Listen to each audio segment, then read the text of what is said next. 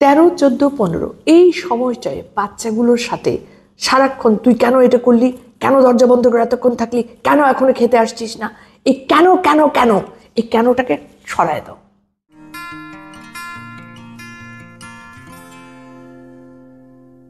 এটা আসলে অনেকেরই চিন্তার ব্যাপার হয়ে দাঁড়ায় অনেকের কাছে, যে যে বাচ্চা ছোটবেলায় খুব সুন্দর হাসি খুশি ছিল, মা বাবা যা বলতো সব হাসি মুখে সহ্য করতো শুনতো, সে বাচ্চা হুটহাট বদলে গেল। এবং তখন কিন্তু বাচ্চার বয়স 13 কি 14 না, টিন এজ মনে রেখো, 13, 14, 15। এই বয়সের বাচ্চাদের মধ্যে না ছোট না বড়, এই একটা বয়সটা, এই বয়সটা না বলে না যে ফটিকের গল্প রবীন্দ্রনাথের 13-14 বছর বয়সের মতো বালাই আনে, আসলে ওটা না এই সময় খুব বাচ্চাদের দলেও যাচ্ছে না, আবার বড়দের দলেও যেতে পারছে না, এবং বয়স অনুযায়ী এই সময় না ওদের ভেতরতে অনেক বেশি পরিবর্তন হতে থাকে। এই সময় বাচ্চাদের সাথে আমরা কি করি, আমরা মনে করি সেই যে আমরা আমাদের যে মান্ধাতার আমলে আমাদের বাবা মা আমাদেরকে একেবারে তক্তা পিটায় ধমকায় বড় করছিল, ওদেরকে এভাবে বড় করতে যদি যাই, বর্তমান যুগের ডিজিটাল কিডস কিন্তু ওরা তখনই কিন্তু ভালোর চাইতে মন্দটা হয়ে যায়। বারবার আমি একটা কথা বলি যে হ্যাঁ অবশ্যই শাসন করব, কেন করব না, কিন্তু সেই শাসনটা যেন প্রতি পদে না হয়।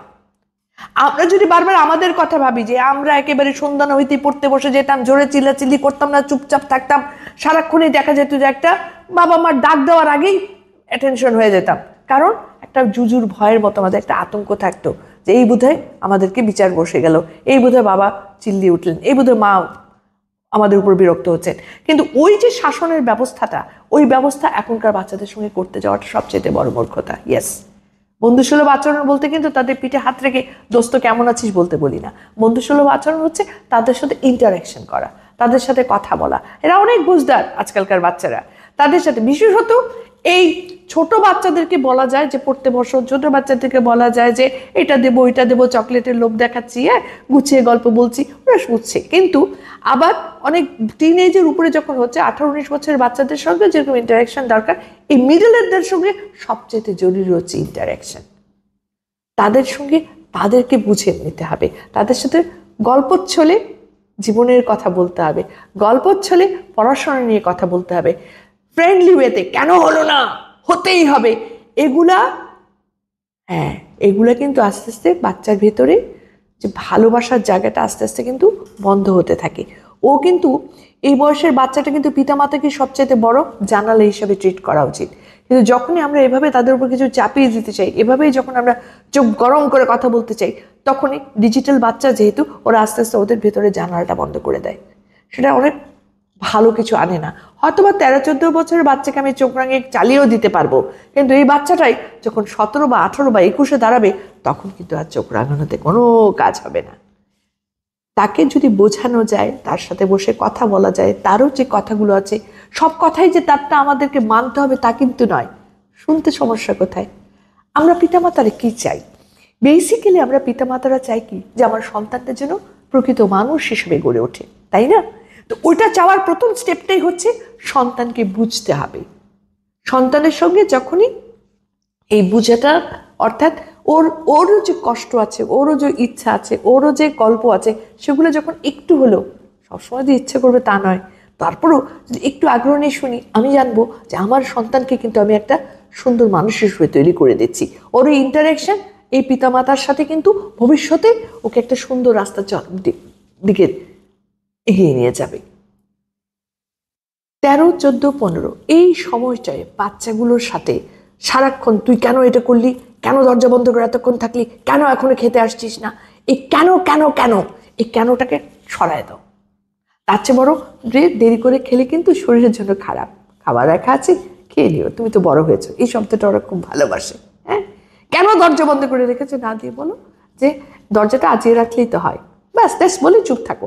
কুশলে গেলি না কেন, গেলি না কেন, গেলি না কেন, ইস আমি আর পারি না তোদের জন্য, এই ইস ইস একই জিনিস যত বেশি বলবে তত বেশি কিন্তু দেখবো ছ্যাটামি করতেছে। যত বেশি একই কথা বারবার বলতেছো তত কিন্তু তোমার সাথে যুদ্ধে সে যেতে পারছে না, কিন্তু নীরবতায় প্রত্যাখ্যান করছে। প্রত্যেকটা জিনিস কিন্তু ভবিষ্যতের জন্য অশনি সংকেত। তার চেয়ে বরং তাকে প্রেজ করতে শুরু করো। ওই শুরুতেই আমরা কি করি, বলি আরে দেখছি তো ওরে বাপরে অমুকের বাসায় গেছিলাম, তার পোলা মেয়ে এত একেবারে দেখলে মনে হচ্ছে একেবারে বইয়ের থেকে নেমে আসছে, দেখে মন ভালো, এগুলো আমার বাড়িতে কি পোলা পাই, এই জিনিসটা ধাক্কা দিয়ে সরায় দাও। তোমার বাচ্চা তোমার, তাদের বাচ্চা তাদের।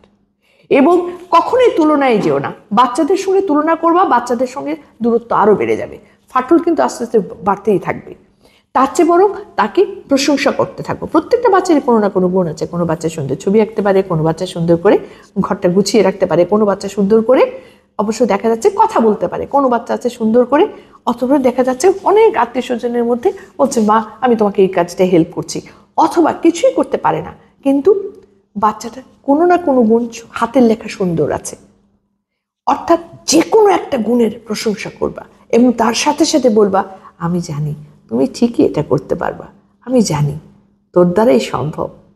এই জিনিসগুলো, তোর বয়সে আমি এইটা করছিলাম, গাছের আগে 1 লাফে উঠে গেছিলাম, এটা বলার দরকার নেই।